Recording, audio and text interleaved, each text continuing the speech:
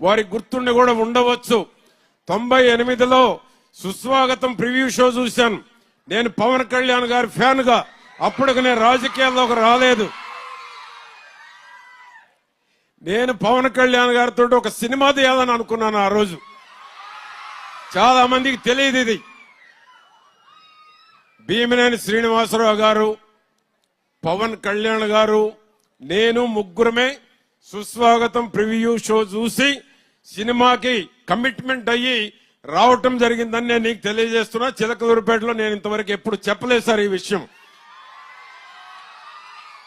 ఎందుకంటే ఒక అభిమానిగా నేను అప్పటికి రాజకీయాల్లోకి రాలేదు.